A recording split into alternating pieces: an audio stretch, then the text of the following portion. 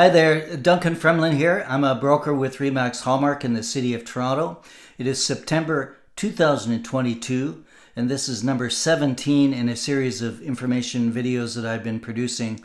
I call them 6 feet apart. And today I wanted to reflect back on the shift that occurred in the late 80s and early 90s as compared to the shift that has occurred here in 2022. Many similarities in a way. So when I first started selling real estate in 87, it was a seller's market, and we were seeing multiple offers, agents sitting outside the house, pen and handwriting offers by hand. It was really quite tedious. My first offer, in fact, in the game was multiple offer. So what I noticed at that time was that we shifted. It went from sellers in 87, recession hit around 90, quickly became a buyer's market, and I was watching closely and noticed that I asked myself, what houses are selling in this market? Because it was brutal. So I'm just, as an analogy, let's say in a seller's market, 10 listings in a month, 8 will sell. In a buyer's market, 10 listings in a month, 1, 2 maybe will sell. That's the kind of shift we're talking. And it was dramatic. It's dramatic this time. It was dramatic last time. So what happened? Why were why was that 1 and 2 house? Why were they selling? And I noticed that they all had something in common. Besides the fact that they were in good neighborhoods, or at least neighborhoods that were in demand at the time in that particular price range. They all had the things that we would maybe sometimes compromise on. For example, buyers may come and say, we'd like a 3-bedroom, but we'll take a 2-bedroom, or we'd like private parking, but we'll do street parking, and we'd like a finished basement, but we can finish that later. So there are major compromises people make, especially in the seller's market, because the options aren't all that great.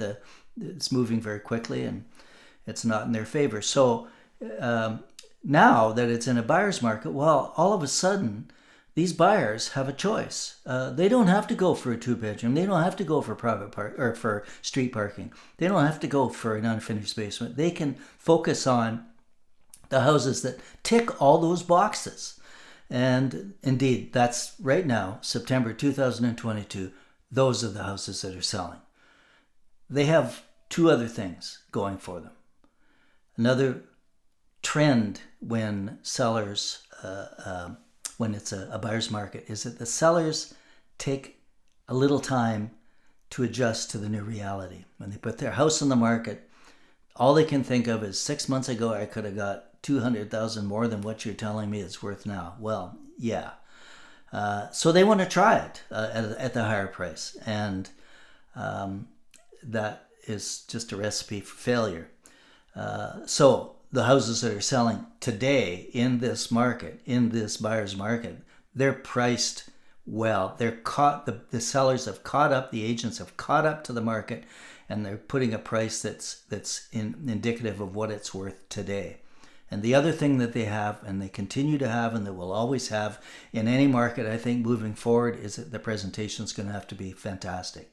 Best photographs, 3D virtual tour, landscaping, any staged, anything online that's going to draw the buyers to the house to actually have a look at it. If you have those 2 things in place, so you're going to, in all likelihood, get a lot of attention. Can't guarantee a sale these days, but I can come pretty darn close to it. So I hope that's a help. That's really where we're at right now, and I don't see any shift in that for some time.